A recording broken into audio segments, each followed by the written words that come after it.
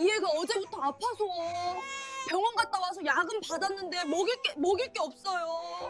저도 사람은 혼자 사는 거야. 누구도 날 구해주지 않아. 엄마가 다 해결할게. 조금만 참아, 다온아.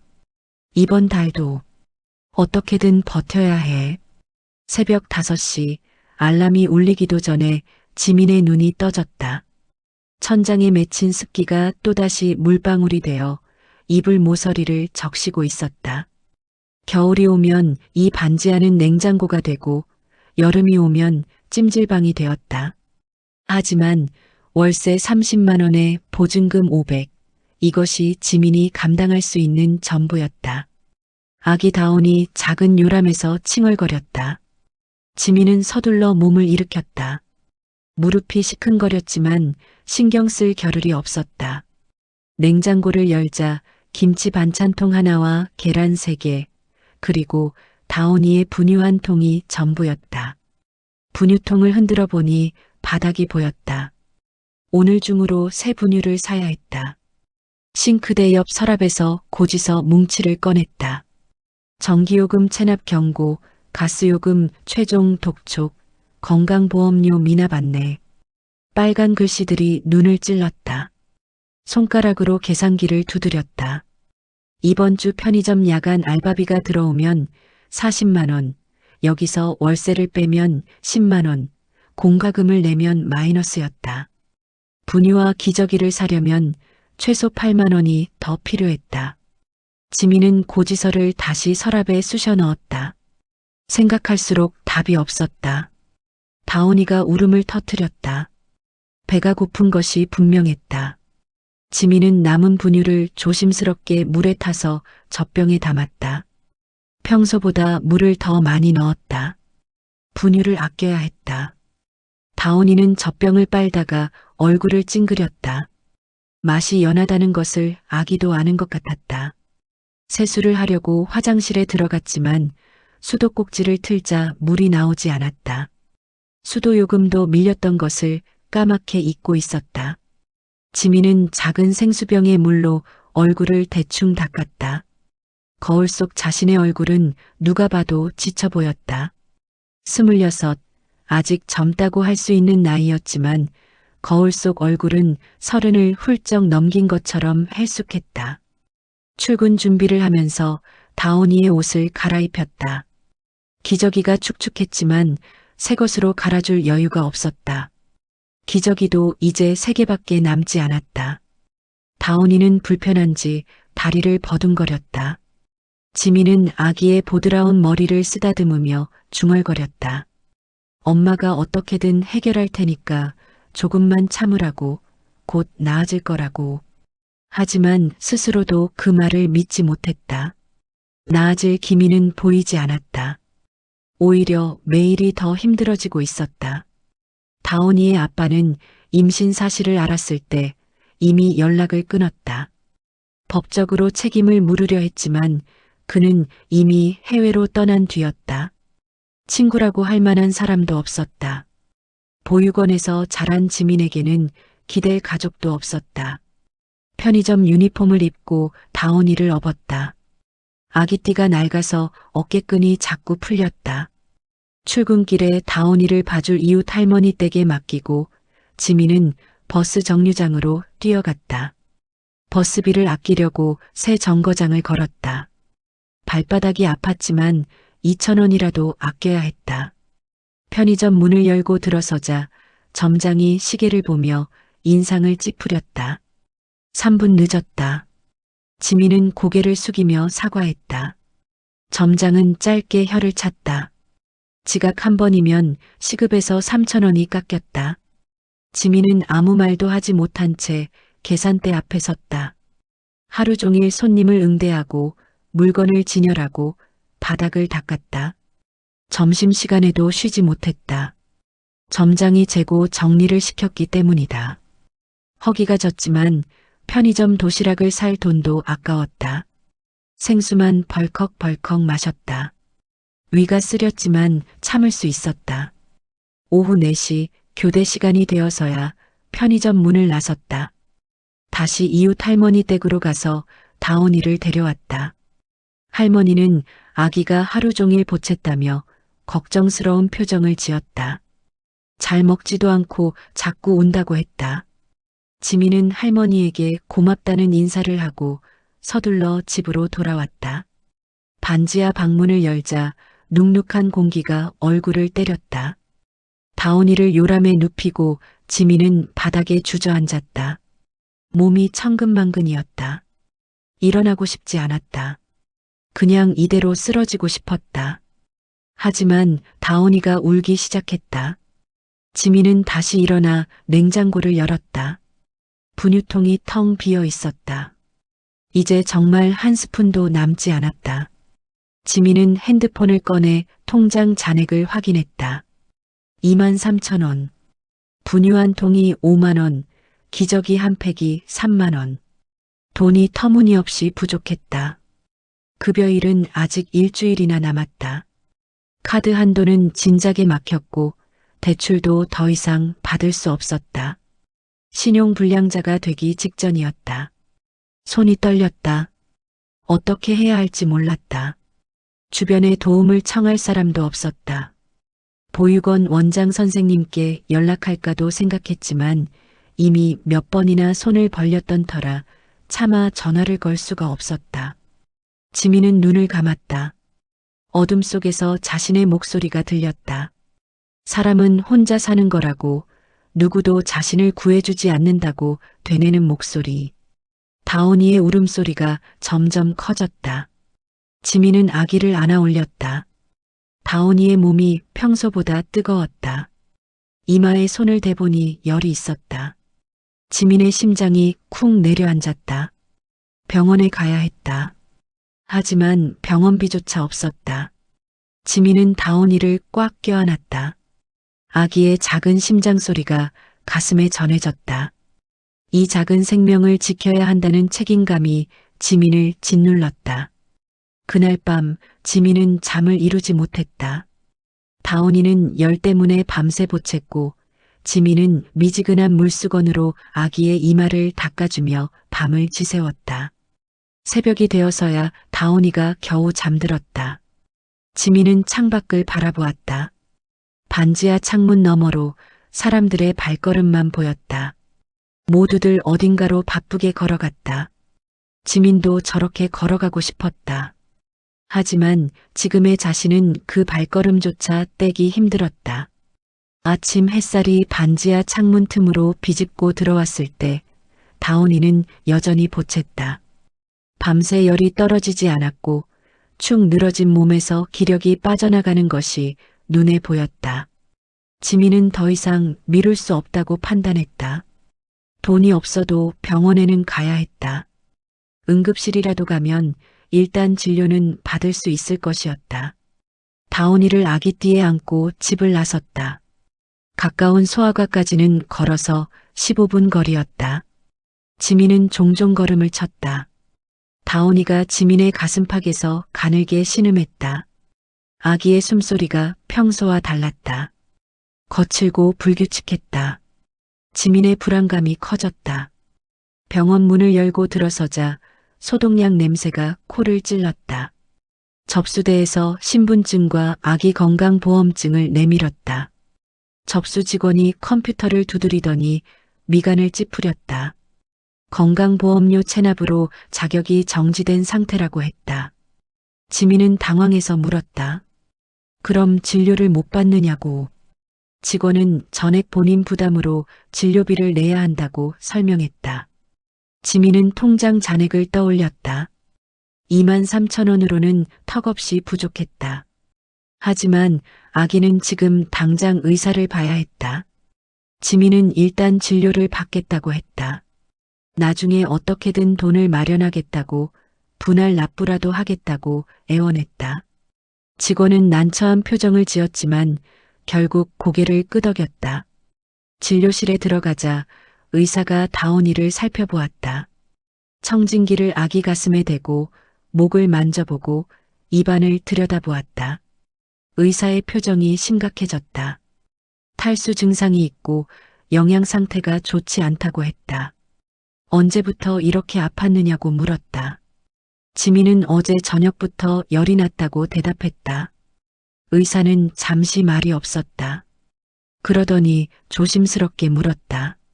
아기가 제대로 먹고 있느냐고, 분유는 충분히 먹이고 있느냐고.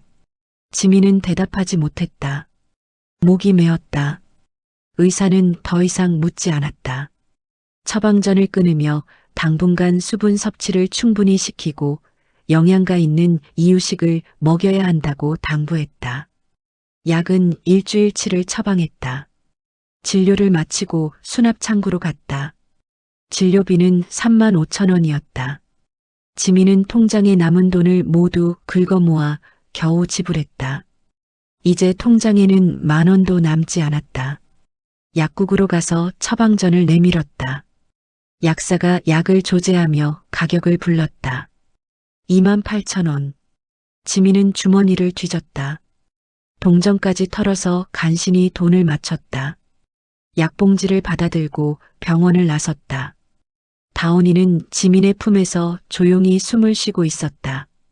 열은 여전했지만 적어도 약은 받았다. 지민은 안도의 한숨을 쉬었다. 하지만 그 안도감은 오래가지 않았다. 이제 정말로 한 푼도 남지 않았다. 분유와 기저귀를 살 돈은커녕 오늘 저녁 먹을 쌀도 없었다. 집으로 돌아오는 길, 지민은 편의점 앞을 지나쳤다. 진열대에 놓인 분유통들이 눈에 들어왔다. 저것만 있으면 다온이를 먹일 수 있었다. 기저귀도 필요했다. 지민은 발걸음을 멈췄다. 편의점 문을 바라보았다. 손님들이 드나들었다. 모두들 당연하다는 듯이 물건을 집어들고 계산대로 갔다. 지민은 고개를 저었다. 안 되는 생각이었다. 하지만 발이 떨어지지 않았다. 다온이가 품속에서 칭얼거렸다. 아기의 울음소리가 지민의 이성을 흔들었다. 그래도 안 된다고, 절대 안 된다고 스스로를 다잡았다. 지민은 고개를 돌려 집으로 향했다. 반지하에 도착해서 다온이에게 약을 먹였다. 아기는 쓴맛에 얼굴을 찌푸렸지만 어떻게든 삼켰다. 지민은 마지막 남은 분유 한 스푼을 물에 타서 젖병에 담았다. 거의 물에 가까운 분유였다. 다온이는 젖병을 빨다가 울음을 터뜨렸다. 배가 고프다는 신호였다. 지민은 아기를 달래며 젖병을 다시 입에 물렸다. 다온이는 억지로 몇 모금 더 마시고는 고개를 돌렸다. 지민은 다온이를 요람에 눕히고 바닥에 주저앉았다. 머릿속이 복잡했다. 내일 아침이면 분유가 완전히 떨어진다. 기저귀도 오늘 저녁이면 마지막이다. 어떻게 해야 할지 답이 보이지 않았다. 지민은 핸드폰을 꺼내 이것저것 검색해 보았다. 긴급 생계비 지원, 아동수당, 복지제도. 하지만 모든 것은 신청부터 지급까지 최소 몇 주가 걸렸다. 지금 당장 필요한 건 오늘 밤과 내일 아침이었다. 저녁이 되어 지민은 냉장고를 열었다. 계란 2개가 남아 있었다. 그것으로 계란찜을 만들어 먹었다. 밥은 없어서 물로 배를 채웠다. 다온이는 계속 보챘다. 배가 고픈 것이 분명했다.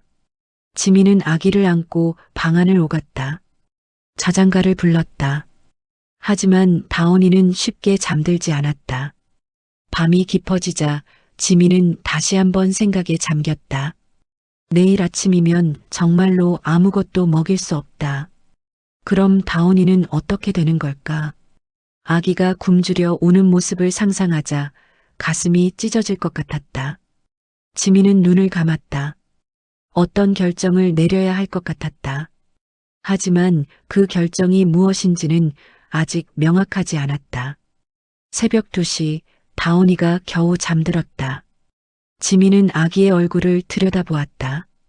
볼이 예전보다 홀쭉해 보였다. 입술이 바짝 말라 있었다.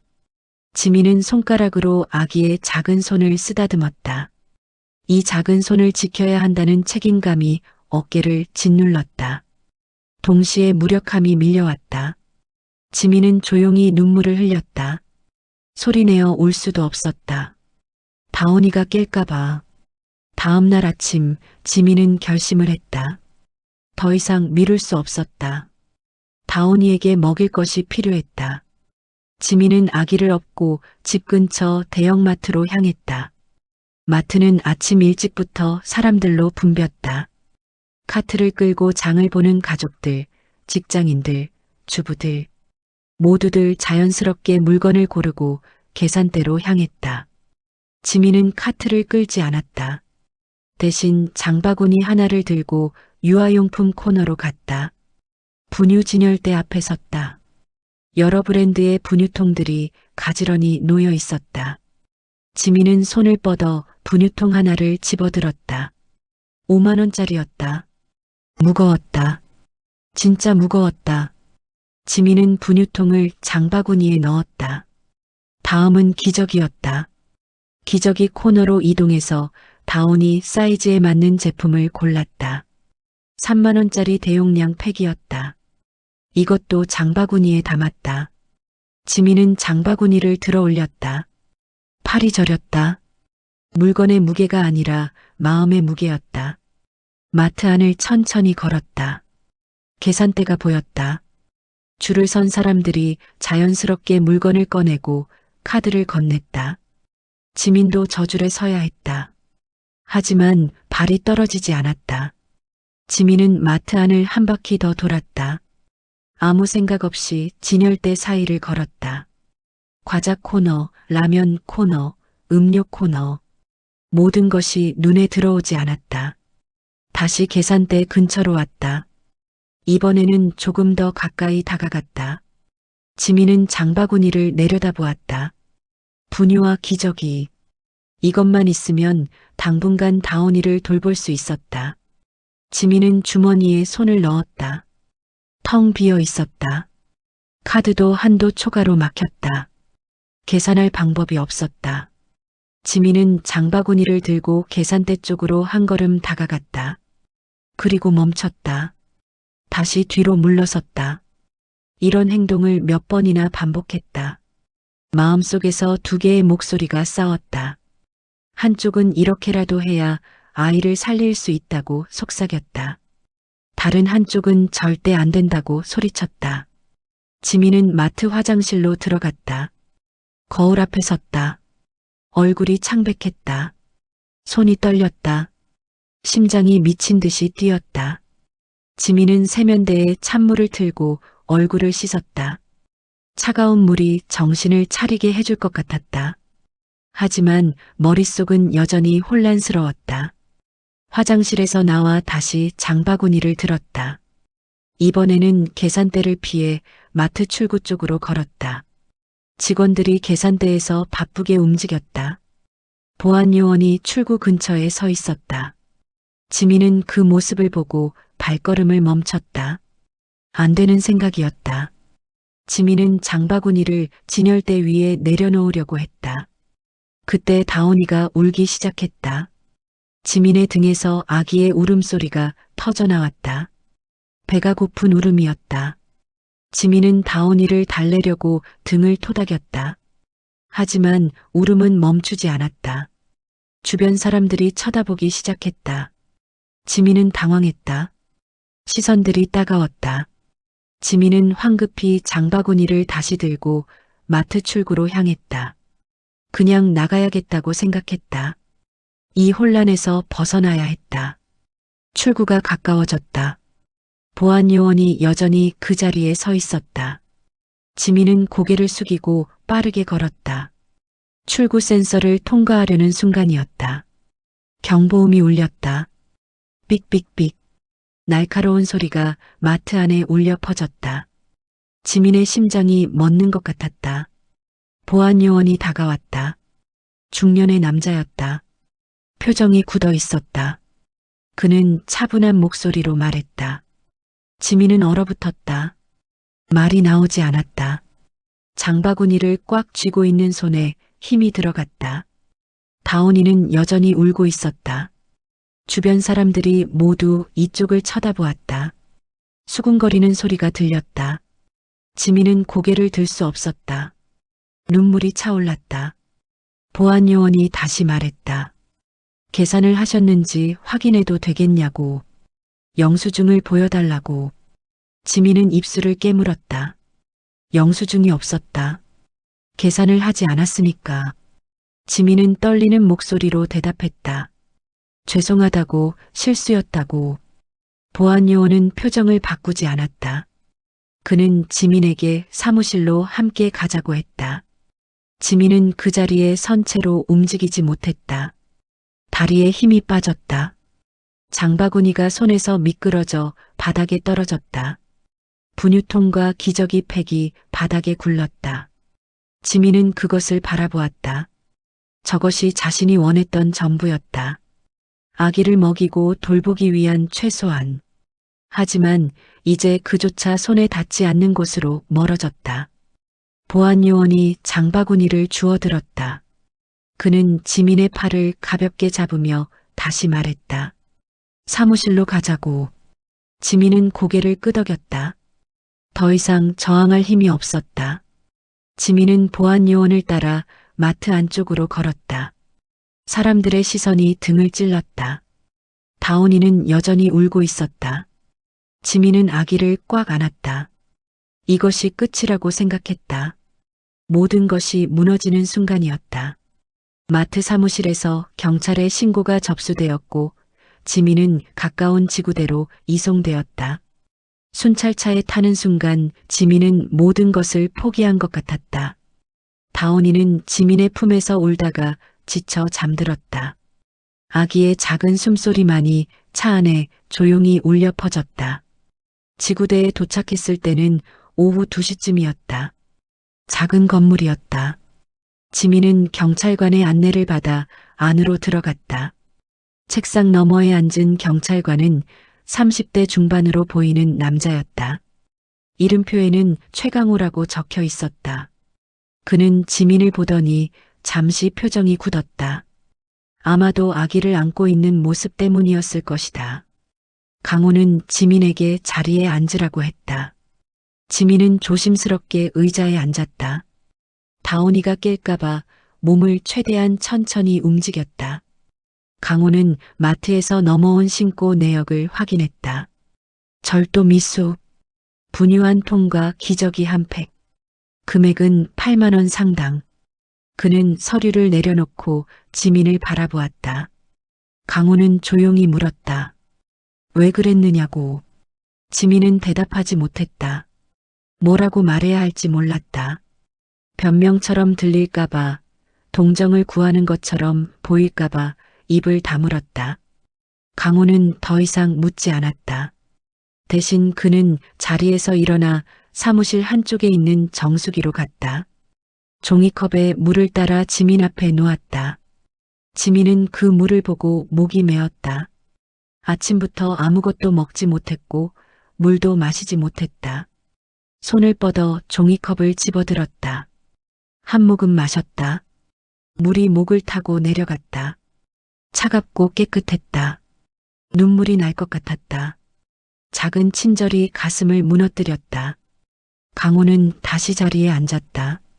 그는 지민의 신분증을 확인하며 기본 인적사항을 기록했다.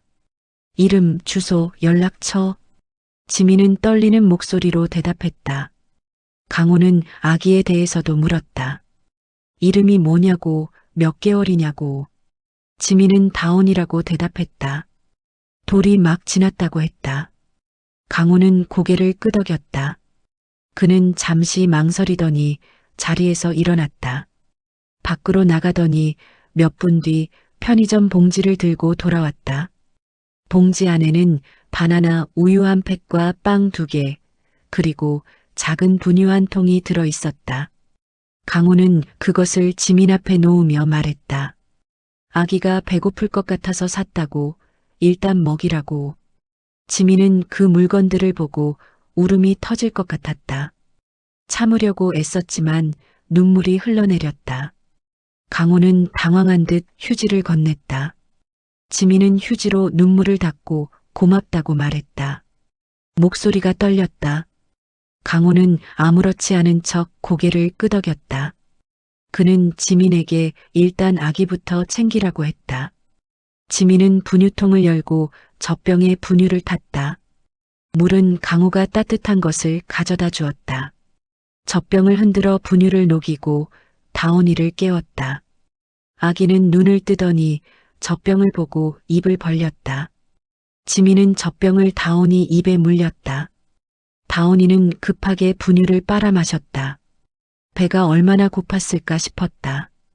강호는 그 모습을 조용히 지켜보았다. 그의 표정에는 동정이 아니라 이해가 담겨 있었다.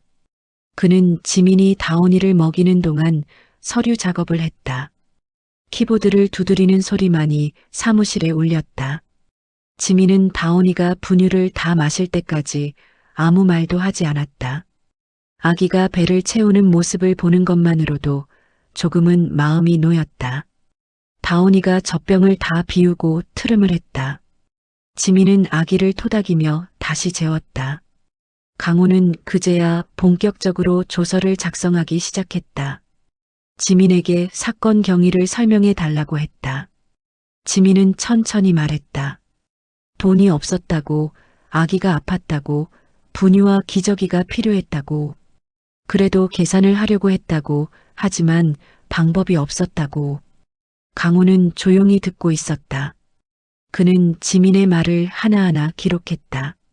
다 듣고 나서 그는 잠시 말이 없었다. 그러더니 지민에게 물었다. 주변에 도움을 청할 사람이 있느냐고. 지민은 고개를 저었다. 가족도 없고 친구도 없다고 했다. 보육원 출신이라 의지할 곳이 없다고 덧붙였다. 강호는 안타까운 표정을 지었다. 그는 컴퓨터 화면을 보며 뭔가를 검색했다.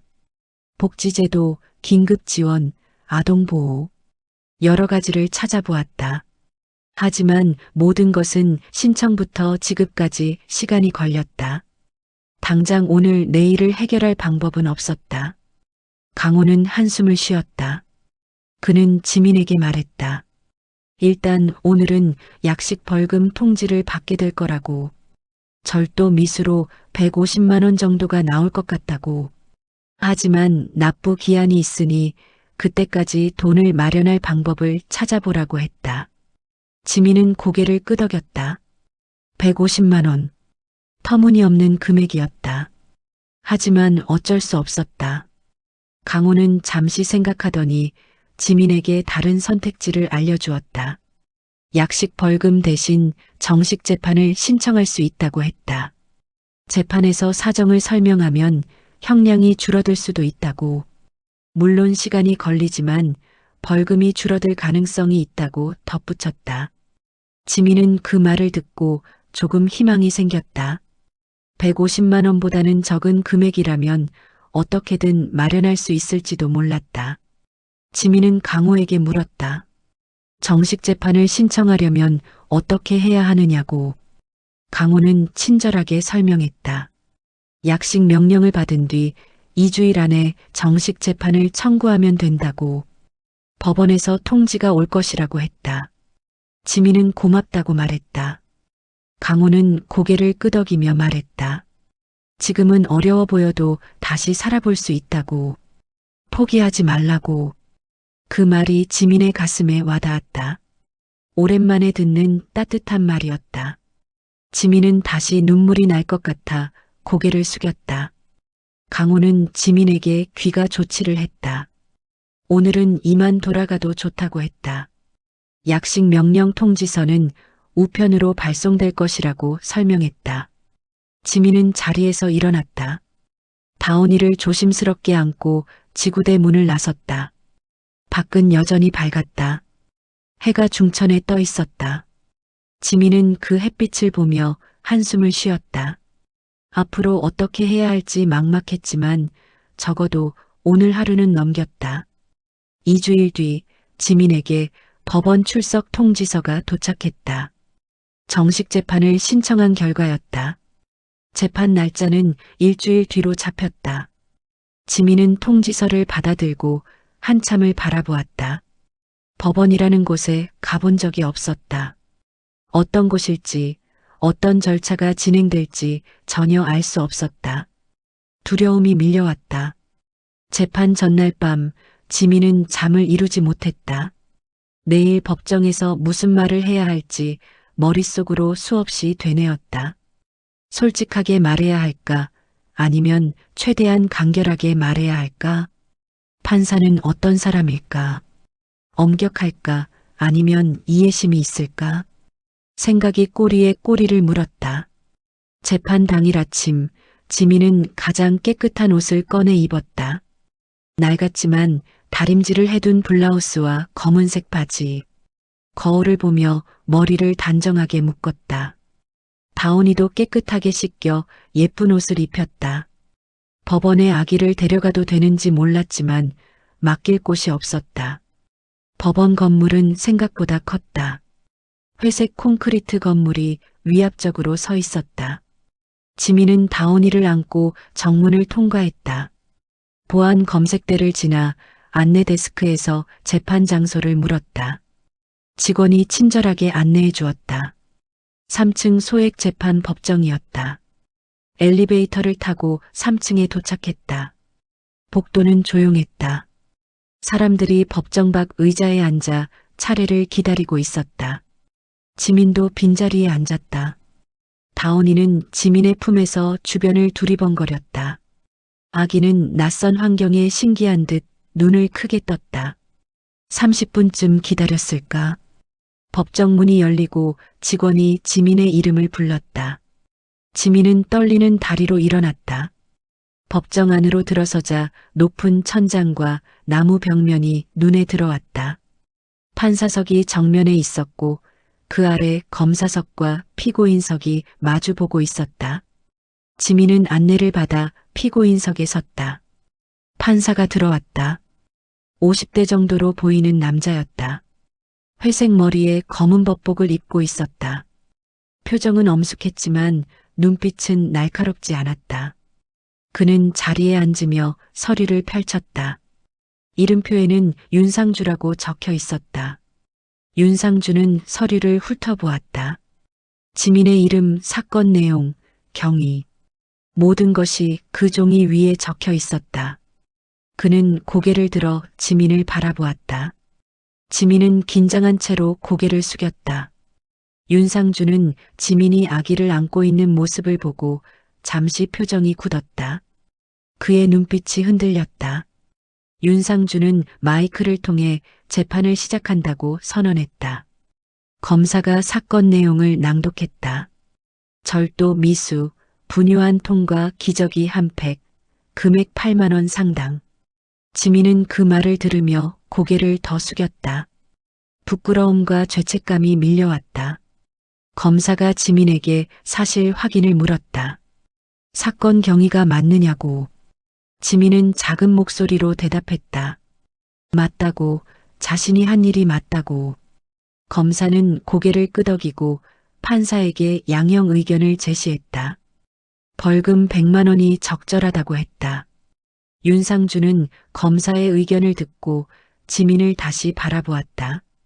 그는 지민에게 할 말이 있느냐고 물었다. 지민은 잠시 망설였다. 무슨 말을 해야 할지 몰랐다. 하지만 입을 열었다. 떨리는 목소리로 자신의 사정을 설명했다. 돈이 없었다고, 아기가 아팠다고, 어떻게든 살려고 했다고. 윤상주는 지민의 말을 조용히 들었다. 그의 표정이 조금씩 변했다. 처음에 엄숙함이 사라지고 뭔가 복잡한 감정이 얼굴에 스쳤다. 지민이 말을 마치자 윤상주는 잠시 침묵했다. 그는 서류를 다시 들여다보았다. 지민의 주소, 직업, 가족관계, 보육원 출신, 무연고, 홀로 아이를 키우는 상황. 윤상주의 머릿속에 오래전 기억이 스쳤다. 자신이 후원해온 보육원에서 만났던 아이들. 그 중에서도 특별히 기억에 남는 한 아이. 자신의 조카를 보육원에 맡겼던 그 시절. 윤상주는 고개를 들어 지민을 다시 바라보았다. 지민의 모습이 그때 그 아이와 겹쳐 보였다. 윤상주는 심호흡을 하고 판결을 내렸다. 벌금 40만 원으로 감경한다고 선고했다. 법정이 조용해졌다. 검사는 약간 놀란 표정을 지었다. 지민은 고개를 들어 판사를 바라보았다. 윤상주는 지민에게 말했다. 어려운 상황인 것은 이해한다고, 하지만 법은 지켜야 한다고. 다시는 이런 일이 없기를 바란다고.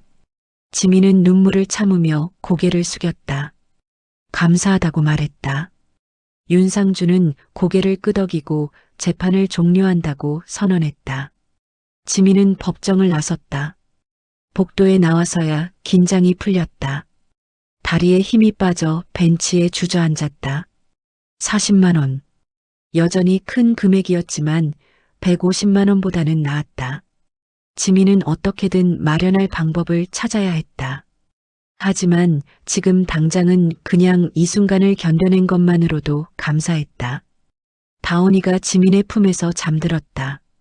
아기의 평화로운 얼굴을 보며 지민은 한숨을 내쉬었다. 법정을 나온 지민은 복도 벤치에 한참을 앉아 있었다.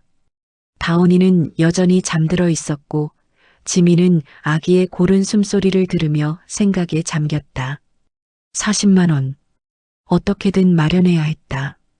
납부 기한은 한 달. 그 안에 돈을 모으지 못하면 다시 문제가 생길 것이었다. 지민은 핸드폰을 꺼내 계산기를 두드렸다. 편의점 알바비가 한 달에 120만 원 정도 들어왔다. 거기서 월세 30만 원을 빼면 90만 원. 공과금과 생활비를 빼면 거의 남는 것이 없었다. 40만 원을 모으려면 최소 2달은 걸릴 것 같았다. 하지만 납부 기한은 한 달뿐이었다. 지민은 한숨을 쉬었다. 추가로 일자리를 구해야 할 것 같았다. 낮 시간대에 할 수 있는 단기 알바라도 찾아야 했다. 지민은 구인 앱을 열어 이것저것 검색했다. 전단지 돌리기, 음식점 보조, 청소 아르바이트. 가능한 것은 다 지원해야 할 것 같았다. 벤치에서 일어나 법원 건물을 나섰다. 바깥은 쌀쌀했다. 가을이 깊어지고 있었다. 지민은 다온이에게 담요를 더 덮어주고 버스 정류장으로 걸었다. 집으로 돌아가는 길, 지민의 머릿속은 복잡했다. 앞으로 어떻게 살아야 할지 막막했다.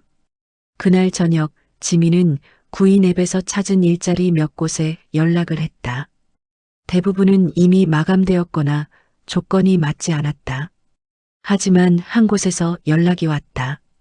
주말 이틀 동안 행사장에서 물품을 나르는 일이었다. 하루 10만 원. 이틀이면 20만 원을 벌 수 있었다.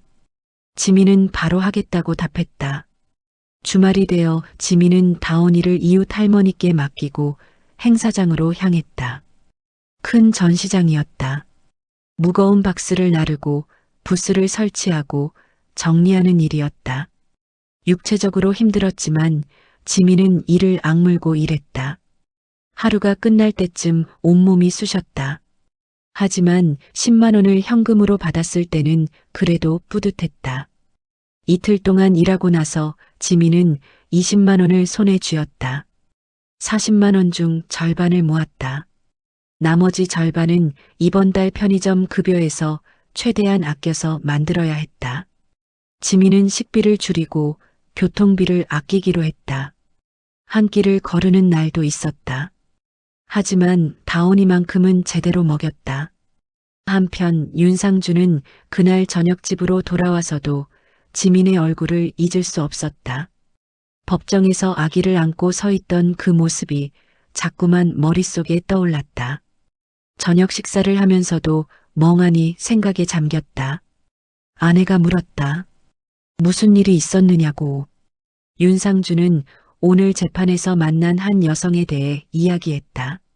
절도 미수로 기소되었지만 사정을 들어보니 정말로 어려운 상황이었다고. 아기를 혼자 키우면서 생계를 유지하기 힘든 처지였다고. 아내는 안타깝다는 표정을 지었다. 윤상주는 말을 이었다. 그 여성이 보육원 출신이라고 했다고. 아내가 물었다. 어느 보육원이냐고.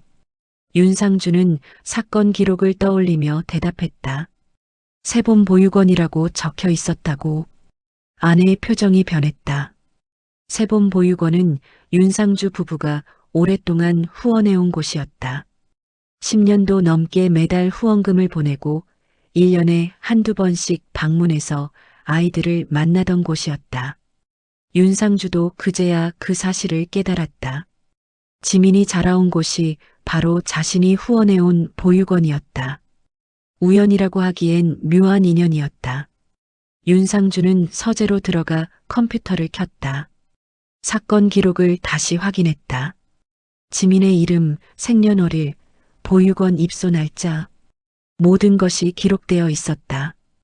윤상주는 세본 보육원에 전화를 걸었다. 원장 장미숙이 전화를 받았다. 윤상주는 조심스럽게 물었다. 박지민이라는 이름을 기억하느냐고. 장미숙은 잠시 생각하더니 대답했다. 물론 기억한다고. 어릴 때부터 보육원에서 자란 아이라고. 착하고 성실했다고. 윤상주는 지민의 현재 상황에 대해 간략히 설명했다. 장미숙은 놀라며 안타까워했다. 지민이 그렇게 어려운 상황에 처해 있는 줄 몰랐다고 했다. 보육원을 떠난 뒤로는 연락이 뜸했다고. 가끔 문자로 안부를 전할 뿐이었다고. 장미숙은 지민을 도와주고 싶었지만 어떻게 해야 할지 몰라 망설였다고 덧붙였다. 윤상주는 전화를 끊고 깊은 생각에 잠겼다. 자신이 후원해온 보육원에서 자란 아이가 지금 이렇게 힘든 상황에 있다는 것이 마음에 걸렸다. 단순히 벌금을 감경해주는 것만으로는 부족하다는 생각이 들었다. 더 실질적인 도움이 필요했다. 윤상주는 아내와 상의했다. 지민을 도울 방법이 없을까 하고. 아내는 잠시 생각하더니 말했다. 직접 만나서 이야기를 나눠보는 게 어떻겠냐고. 무엇이 필요한지 들어보고 도울 수 있는 부분을 찾아보자고. 윤상주는 고개를 끄덕였다. 하지만 조심스러웠다. 자칫하면 지민이 부담스러워하거나 자존심이 상할 수도 있었다. 며칠 뒤 윤상주는 법원 기록에 있는 지민의 연락처로 전화를 걸었다. 전화벨이 몇 번 울리고 지민이 받았다. 조심스러운 목소리였다. 윤상주는 자신을 소개했다. 재판을 담당했던 판사라고. 지민은 긴장한 듯 대답했다. 무슨 일이냐고 물었다. 윤상주는 최대한 부드럽게 말했다. 혹시 시간이 되면 잠깐 만나서 이야기를 나눌 수 있겠느냐고. 법적인 문제가 아니라 개인적으로 도움을 드리고 싶어서라고 설명했다. 지민은 당황한 듯 침묵했다. 윤상주는 부담 갖지 말라고 덧붙였다. 그냥 세본 보육원 후원자로서 인사를 나누고 싶다고 했다. 지민은 그 말에 조금 놀랐다. 세본 보육원을 후원하는 분이라니. 지민은 잠시 망설이다가 대답했다. 좋다고 만나겠다고. 윤상주는 안도의 한숨을 쉬었다. 약속 장소와 시간을 정했다. 법원 근처 조용한 카페였다. 약속 당일 지민은 다온이를 업고 카페로 향했다. 마음이 복잡했다. 판사가 왜 자신을 만나려고 하는지 이해가 되지 않았다. 혹시 또 다른 문제가 있는 건 아닐까 하는 불안감도 있었다. 하지만 거절할 수 없었다. 판사의 호의를 무시할 수 없었다. 카페에 도착했을 때 윤상주는 이미 자리에 앉아 있었다. 그는 지민을 보고 일어나 인사했다. 지민도 조심스럽게 인사를 했다. 두 사람은 마주 앉았다. 윤상주는 따뜻한 차를 주문했다. 지민은 긴장한 채로 앉아 있었다. 다온이는 지민의 품에서 주변을 두리번거렸다. 윤상주는 먼저 입을 열었다. 오늘은 판사로서가 아니라 그냥 한 사람으로서 만났다고 말했다. 지민에게 도움을 주고 싶어서 연락했다고 솔직하게 이야기했다. 지민은 그 말에 조금 당황했다. 왜 자신을 도우려고 하느냐고 물었다. 윤상주는 새봄 보육원 이야기를 꺼냈다. 자신이 오랫동안 그곳을 후원해 왔다고, 지민이 그곳에서 자란 것을 알게 되었다고 설명했다. 그래서 더 마음이 쓰였다고 했다. 지민은 그 말을 듣고 눈시울이 붉어졌다. 새봄 보육원은 지민에게 유일한 고향 같은 곳이었다. 윤상주는 지민에게 물었다. 지금 가장 필요한 것이 무엇이냐고. 지민은 잠시 망설였다. 하지만 솔직하게 대답했다. 벌금을 내야 하는데 돈을 모으기가 힘들다고. 일자리도 불안정하고 아기를 돌보면서 일하는 것이 쉽지 않다고. 윤상주는 고개를 끄덕이며 들었다. 지민은 말을 이었다. 하지만 자신은 이겨낼 것이라고. 어떻게든 방법을 찾을 것이라고. 도움을 받고 싶지만 누군가에게 짐이 되고 싶지는 않다고. 윤상주는 지민의 그 말에서 강인함을 느꼈다. 어려운 상황에서도 포기하지 않으려는 의지가 보였다. 윤상주는 조심스럽게 제안했다. 우선 벌금은 걱정하지 말라고. 자신이 도와줄 수 있다고. 그리고 안정적인 일자리를 찾을 수 있도록 연결해 주겠다고 했다. 지민은 그 말에 눈물이 났다. 고맙다고 했다. 하지만 동시에 미안하다고도 했다. 이렇게까지 도움을 받아도 되는지 모르겠다고. 윤상주는 지민의 손을 가볍게 잡으며 말했다. 도움을 받는 것은 부끄러운 일이 아니라고. 누구나 힘들 때가 있고 그럴 때 손을 내미는 것이 사람이 할 일이라고. 지민은 고개를 끄덕였다. 눈물을 닦으며 다시 한번 고맙다고 말했다. 그날 이후 윤상주는 지민을 위해 여러 가지를 준비했다. 우선 벌금을 대신 납부했다. 그리고 아내와 함께 지민이 일할 수 있는 곳을 알아봤다. 윤상주의 아내가 운영하는 작은 사회적 기업에서 사무보조 일을 할 수 있도록 자리를 마련했다. 급여도 안정적이고 근무 시간도 유연했다. 지민은 그 소식을 듣고 믿기지 않았다. 이렇게까지 도와주는 사람이 있다는 것이 신기했다. 지민은 윤상주 부부에게 감사 인사를 전했다. 평생 잊지 못할 은혜라고 말했다. 윤상주는 웃으며 대답했다. 은혜가 아니라 당연한 일이라고. 지민이 잘 살아가는 것을 보는 것만으로도 충분하다고. 그날 밤 지민은 반지하 방에 돌아와 한참을 멍하니 앉아 있었다. 윤상주 판사와의 만남이 꿈만 같았다. 벌금을 대신 내주고 일자리까지 마련해준다는 것이 현실로 느껴지지 않았다. 지민은 다온이를 요람에 눕히고 창문 밖을 바라보았다. 반지하 창문 너머로 사람들의 발걸음이 보였다. 여전히 세상은 돌아가고 있었다. 지민은 핸드폰을 꺼내 통장 잔액을 확인했다. 여전히 적은 금액이었지만 이제 벌금 걱정은 하지 않아도 되었다. 그리고 곧 새로운 일자리가 생긴다. 안정적인 수입이 생기면 다온이에게 더 나은 환경을 만들어줄 수 있을 것이었다. 지민은 처음으로 희망을 느꼈다. 오랜만에 느껴보는 감정이었다. 하지만 동시에 두려움도 있었다. 이렇게 갑자기 좋아진 상황이 언제 다시 무너질지 모른다는 불안감. 지민은 그동안 너무 많은 것을 잃어왔다. 부모님, 안정된 집, 믿을 수 있는 사람들. 그래서 지금 주어진 이 기회가 다시 사라질까봐 겁이 났다.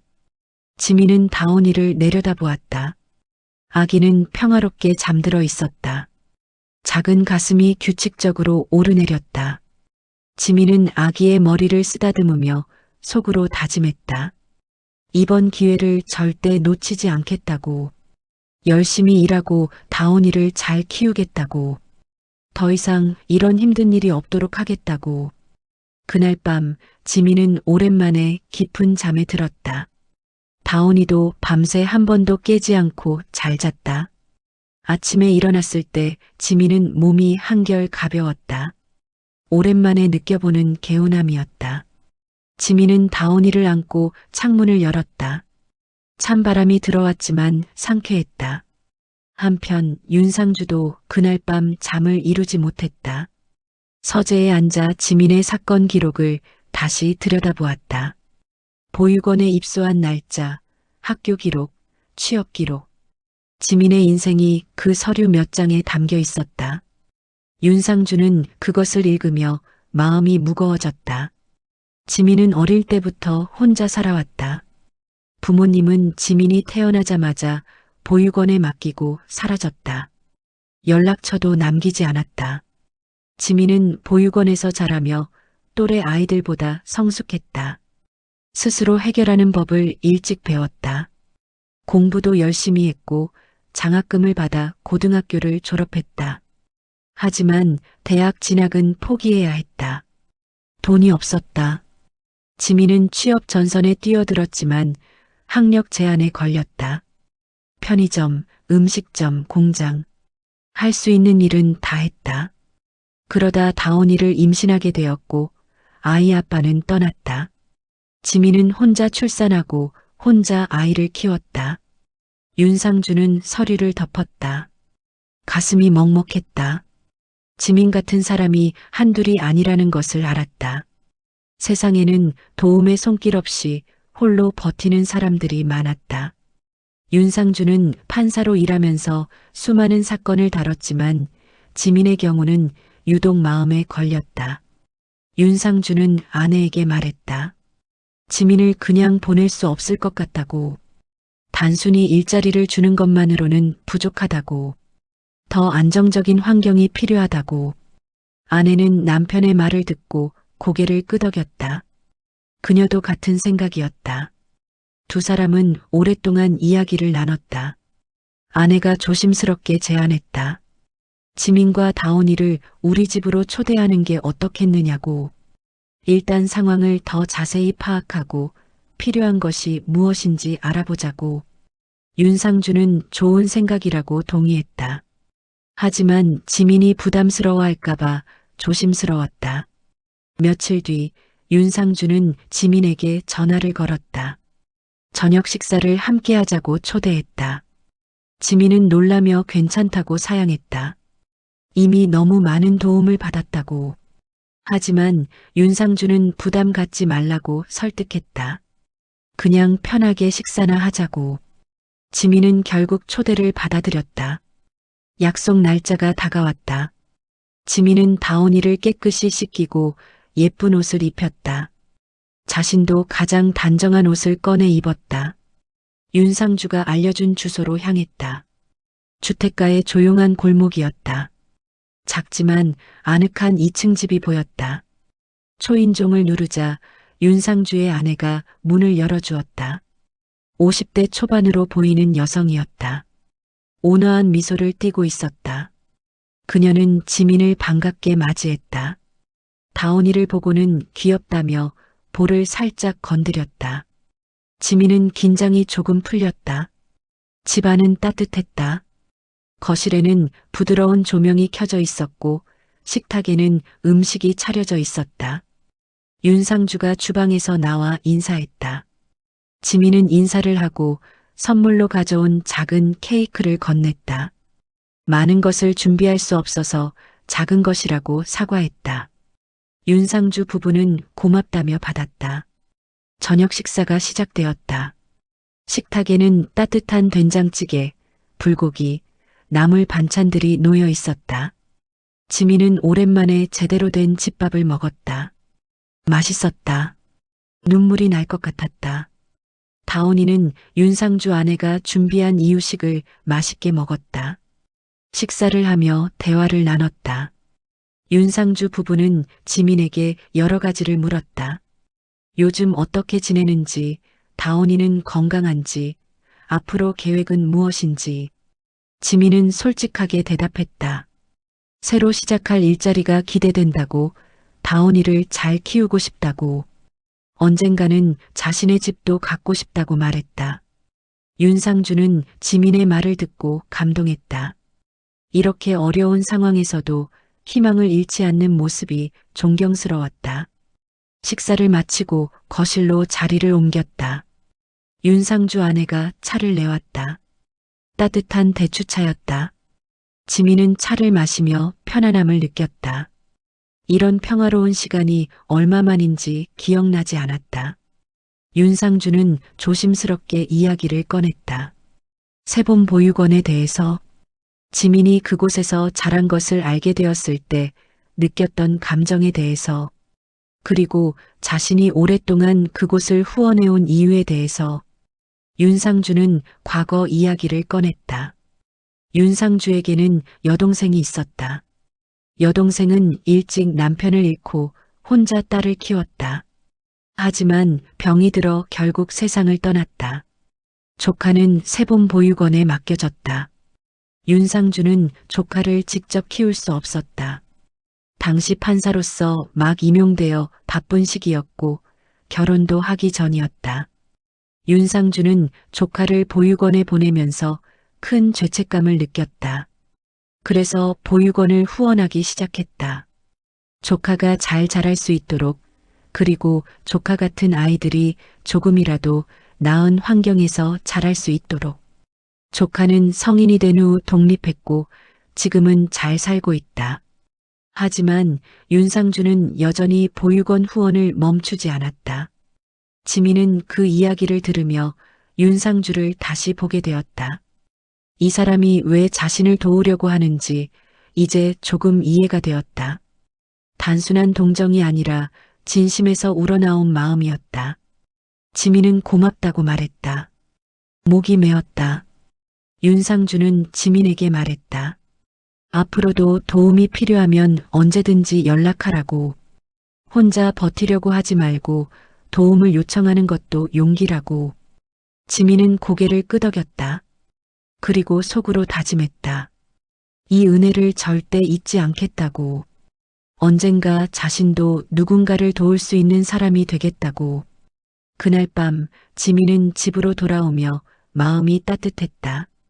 윤상주 부부의 집에서 느꼈던 그 온기가 아직도 가슴에 남아 있었다. 반지하 방에 들어서자 여전히 춥고 눅눅했지만 이전과는 달랐다. 이제 혼자가 아니라는 생각이 들었다. 누군가 자신을 응원하고 있다는 것을 알았다. 다온이를 재우고 지민은 침대에 누웠다. 천장을 바라보며 생각했다. 사람은 혼자 사는 게 아니구나. 서로 기대고 의지하며 사는 거구나. 그동안 혼자 버텨왔지만 이제는 도움을 받아도 괜찮다는 것을 깨달았다. 지민은 눈을 감았다. 내일이 기대되었다. 오랜만에 느껴보는 설렘이었다.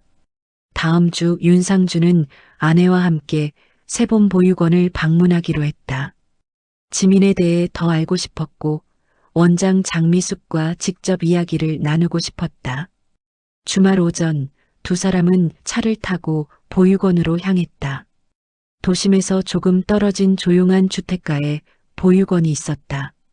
보육원 건물은 낡았지만 깨끗하게 관리되어 있었다. 작은 마당에는 놀이터가 있었고 아이들이 뛰어놀고 있었다. 윤상주 부부는 정문을 열고 들어섰다. 현관에서 직원이 반갑게 맞이했다.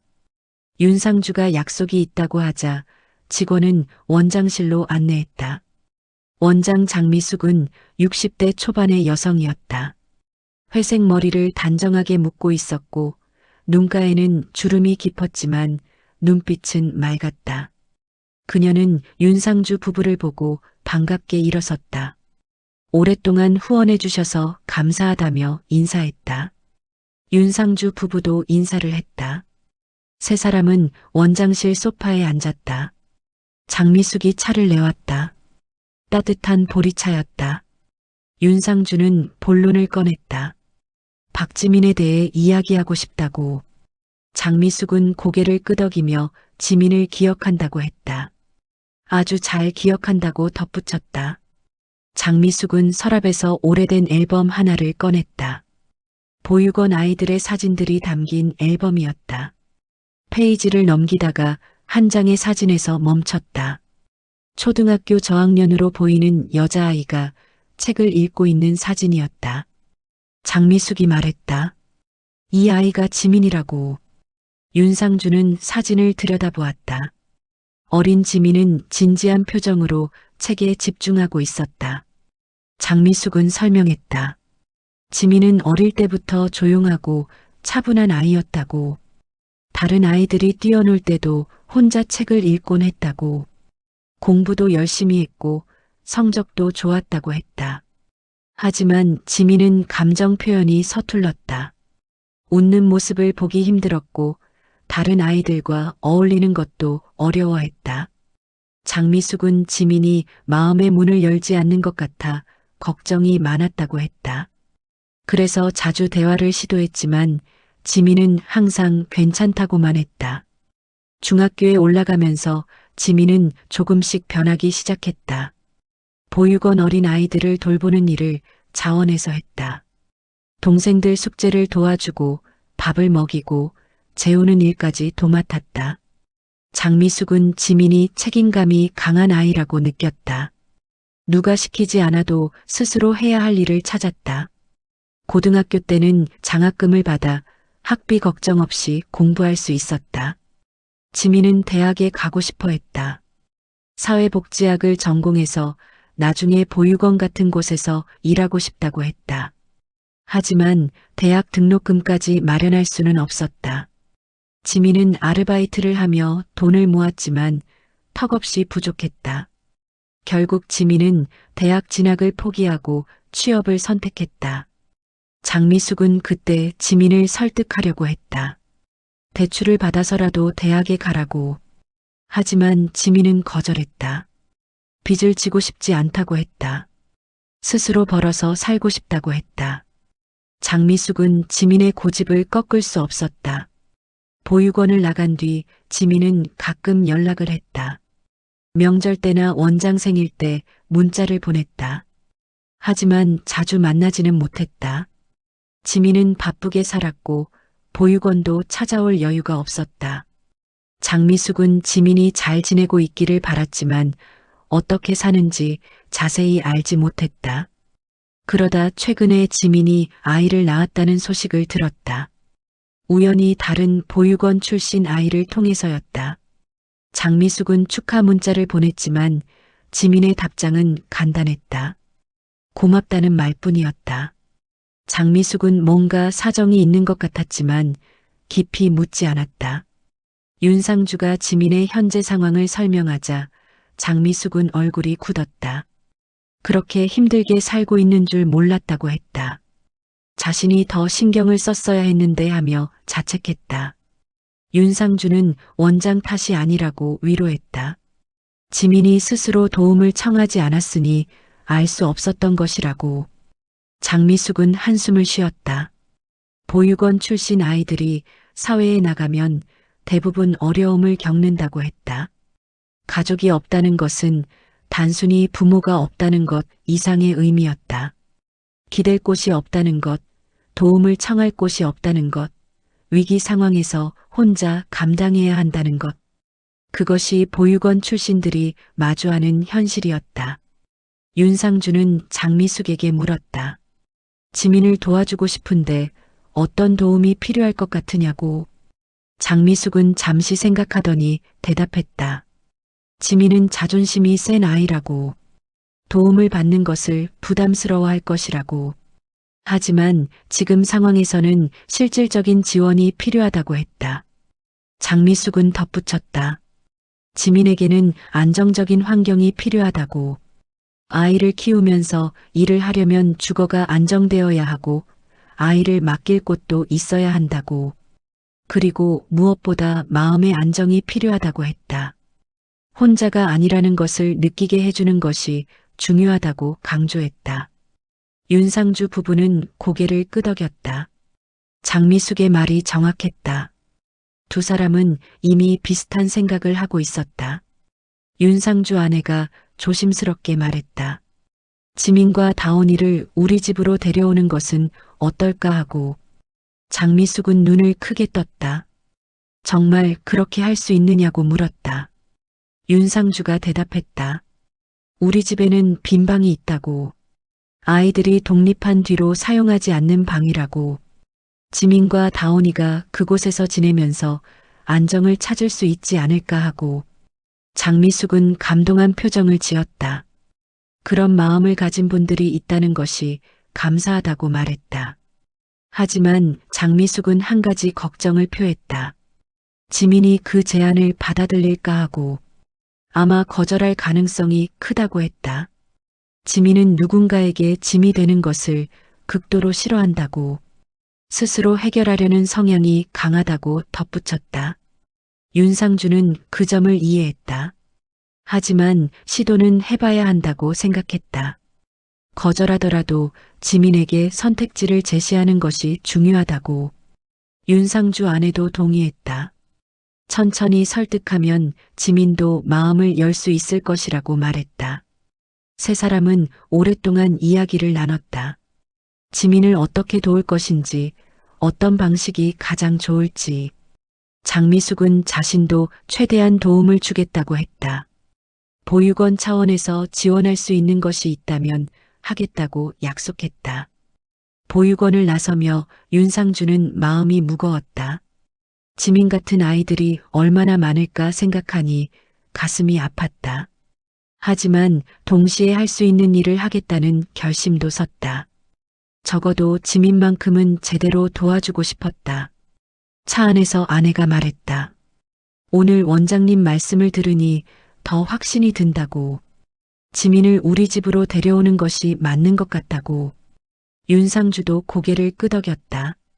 이제 지민을 설득하는 일만 남았다. 쉽지 않겠지만 최선을 다해야 했다. 며칠 뒤 윤상주는 지민에게 연락을 했다. 잠깐 만나서 이야기하고 싶다고. 지민은 조금 놀랐지만 만나겠다고 했다. 윤상주는 이번에는 직접 지민의 집으로 가겠다고 말했다. 지민은 당황했다. 집이 좋지 않아서 부끄럽다고 했다. 하지만 윤상주는 괜찮다고 했다. 오히려 지민이 편한 곳에서 이야기하는 게 낫겠다고 설득했다. 약속 날짜가 되었다. 윤상주는 아내와 함께 지민의 집 주소를 찾아갔다. 반지하 주택가였다. 좁은 골목을 지나 계단을 내려가자 지민의 집 문이 보였다. 윤상주는 초인종을 눌렀다. 잠시 뒤 지민이 문을 열었다. 지민은 긴장한 표정이었다. 윤상주 부부를 맞이하며 조심스럽게 들어오라고 했다. 방 안은 좁았다. 작은 싱크대와 냉장고, 요람 하나, 이불이 깔린 공간. 그것이 전부였다. 윤상주 부부는 아무렇지 않은 척 자리에 앉았다. 지민이 물을 따라주었다. 윤상주는 먼저 입을 열었다. 오늘은 중요한 이야기를 하러 왔다고. 지민은 긴장한 채로 고개를 끄덕였다. 윤상주는 천천히 말을 이어갔다. 지민의 상황을 보고 도움을 주고 싶다고. 단순히 일자리를 주는 것 이상의 도움을 주고 싶다고 했다. 윤상주 아내가 말했다. 우리 집에 빈 방이 있다고. 지민과 다온이가 그곳에서 지낼 수 있다고. 안정적인 환경에서 아이를 키우고 일도 하면서 앞으로 나아갈 수 있을 것이라고 설명했다. 지민은 그 말을 듣고 얼어붙었다. 지민은 고개를 저었다. 그럴 수 없다고 했다. 이미 너무 많은 도움을 받았다고. 이 이상은 부담스럽다고 말했다. 윤상주는 지민의 반응을 예상하고 있었다. 그는 조심스럽게 말을 이었다. 도움을 받는 것이 부끄러운 일이 아니라고. 누구나 어려울 때가 있고 그럴 때 손을 내미는 것이 당연하다고. 하지만 지민은 계속 거절했다. 자신은 혼자 할 수 있다고. 지금도 충분히 감사하다고. 더 이상은 받을 수 없다고 했다. 윤상주 아내가 지민의 손을 잡았다. 지민을 똑바로 바라보며 말했다. 우리는 당신이 짐이라고 생각하지 않는다고. 오히려 함께하고 싶다고. 윤상주가 덧붙였다. 우리 집은 아이들이 독립한 뒤로 조용하다고. 지민과 다온이가 있으면 집안이 활기찰 것 같다고. 이것은 동정이 아니라 진심이라고 강조했다. 지민은 눈물이 차올랐다. 참으려고 했지만 눈물이 흘러내렸다. 지민은 떨리는 목소리로 물었다. 왜 자신을 이렇게까지 도와주려고 하느냐고. 자신은 아무것도 아닌 사람인데 판사님과는 아무 관계도 없는데 왜 이렇게까지 하느냐고. 윤상주는 조용히 대답했다. 관계가 없어서 도와주는 게 아니라 도움이 필요하기 때문에 도와주는 것이라고. 윤상주는 자신의 과거 이야기를 다시 꺼냈다. 조카를 보육원에 맡겨야 했던 일, 그때 느꼈던 죄책감. 그래서 보육원을 후원하기 시작한 이유. 그리고 지민을 만나면서 느꼈던 감정. 그냥 지나칠 수 없었다고 솔직하게 말했다. 윤상주 아내도 말을 보탰다. 자신도 어려웠던 시절이 있었다고. 젊었을 때 부모님을 잃고 혼자 동생들을 키웠다고. 그때 주변 사람들의 도움이 없었다면 버티지 못했을 것이라고. 그래서 누군가를 돕는 것이 당연하다고 생각한다고 했다. 지민은 두 사람의 이야기를 들으며 마음이 흔들렸다. 그동안 혼자 버텨왔지만 한계에 다다른 것을 스스로도 알고 있었다. 다온이를 위해서라도 더 나은 환경이 필요했다. 하지만 여전히 결정을 내리기가 어려웠다. 윤상주는 지민에게 시간을 주겠다고 했다. 천천히 생각해보라고. 억지로 하는 것이 아니라 지민 스스로 결정해야 한다고. 하지만 한 가지만 기억해달라고 덧붙였다. 혼자 버티는 것이 강한 것이 아니라 도움을 받아들이는 것도 용기라고. 지민은 고개를 끄덕였다. 생각해보겠다고 대답했다. 윤상주 부부는 더 이상 재촉하지 않았다. 대신 명함을 남기며 언제든지 연락하라고 했다. 그리고 조심스럽게 작은 봉투를 건넸다. 당장 필요한 것을 사라며 생활비 조금을 넣어두었다고 했다. 지민은 봉투를 받으며 다시 눈물이 났다. 고맙다는 말밖에 할 수 없었다. 윤상주 부부는 지민의 어깨를 토닥이며 집을 나섰다. 문을 닫고 지민은 한참을 그 자리에 서 있었다. 봉투를 열어보니 50만 원이 들어 있었다. 지민은 주저앉아 울었다. 그날 밤 지민은 잠을 이루지 못했다. 윤상주 부부의 제안이 머릿속을 떠나지 않았다. 한편으로는 받아들이고 싶었다. 다온이를 위해서라도 더 나은 환경이 필요했다. 하지만 다른 한편으로는 두려웠다. 이렇게 큰 도움을 받으면 언젠가 갚아야 하지 않을까, 자신이 그럴 능력이 있을까 하는 불안감. 지민은 다온이를 내려다보았다. 아기는 평화롭게 자고 있었다. 지민은 아기의 손을 잡았다. 작고 따뜻한 손. 이 아이를 위해서라면 자존심 따위는 중요하지 않았다. 지민은 결심했다. 윤상주 부부의 제안을 받아들이기로. 다음 날 아침 지민은 윤상주에게 전화를 걸었다. 떨리는 목소리로 말했다. 제안을 받아들이겠다고. 정말 감사하다고. 윤상주는 전화 너머에서 기뻐하며 대답했다. 잘 결정했다고. 언제든지 편한 시간에 이사 오면 된다고 했다. 일주일 뒤 지민은 짐을 꾸렸다. 많지 않았다. 옷가지 몇 벌과 다온이 물건들, 그리고 몇 권의 책. 그것이 지민이 가진 전부였다.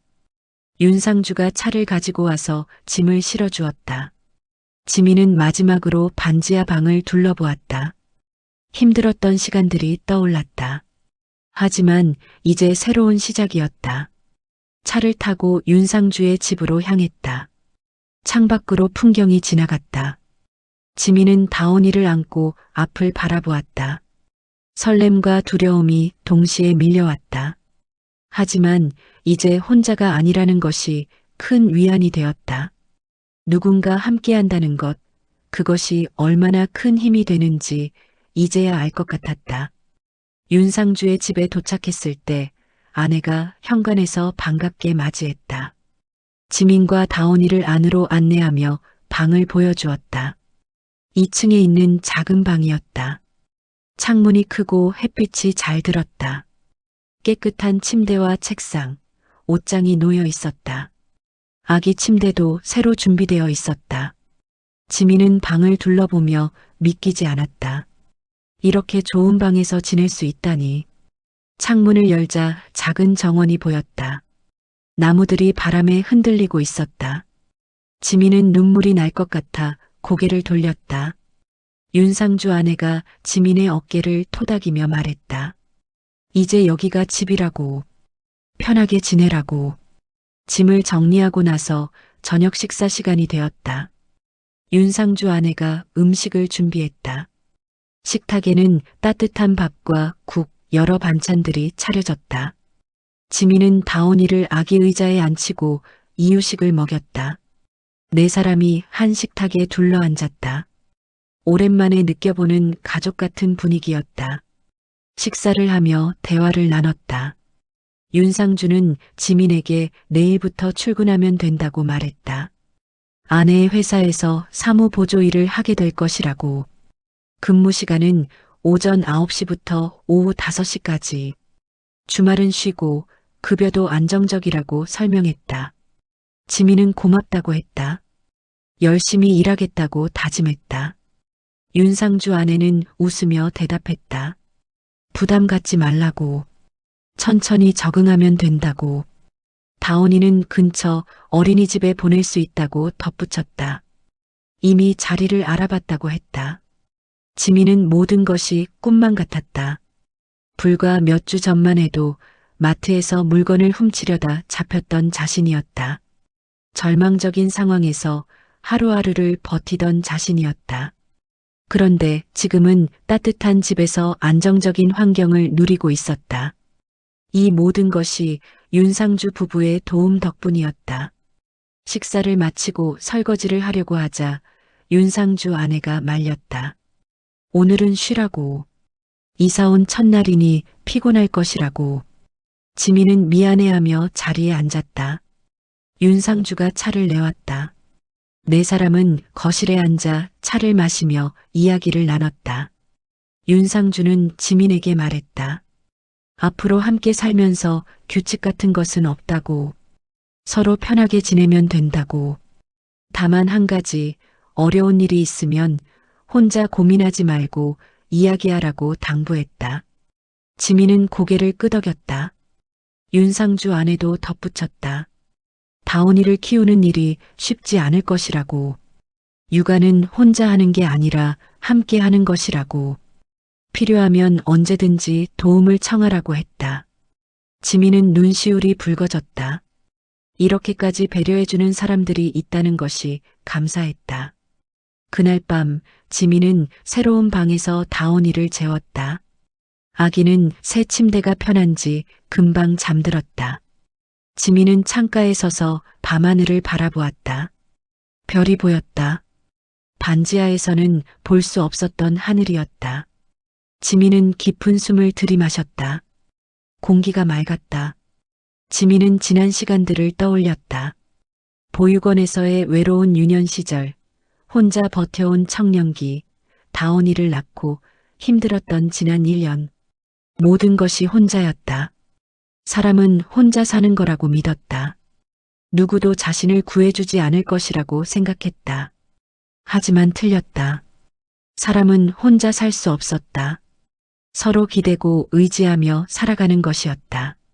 도움을 주고받는 것이 당연한 것이었다.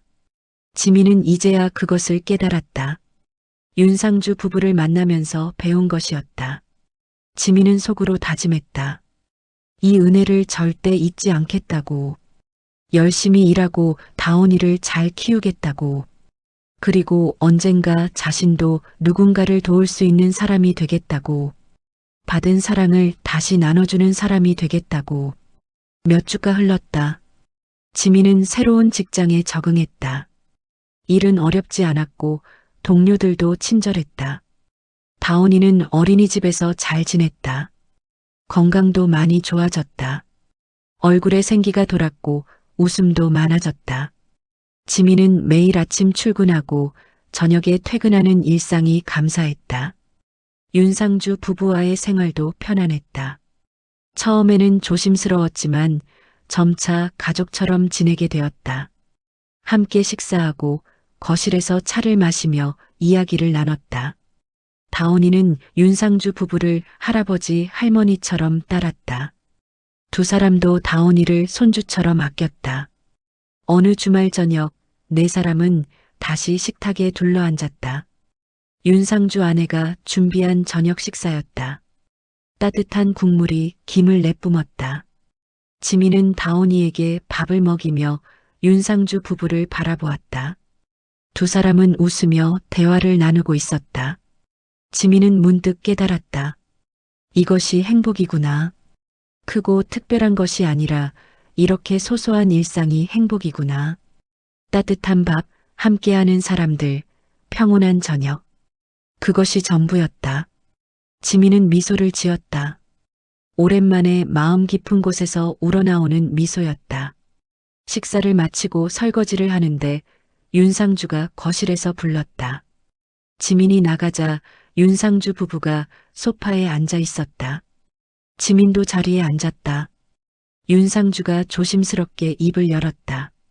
지민에게 제안이 하나 있다고. 윤상주는 말했다. 지민이 원한다면 대학 공부를 할 수 있도록 지원하겠다고. 야간 대학이나 사이버 대학을 다니면서 일도 계속할 수 있을 것이라고. 지민이 예전에 꿈꿨던 사회복지학 공부를 할 수 있다고 설명했다.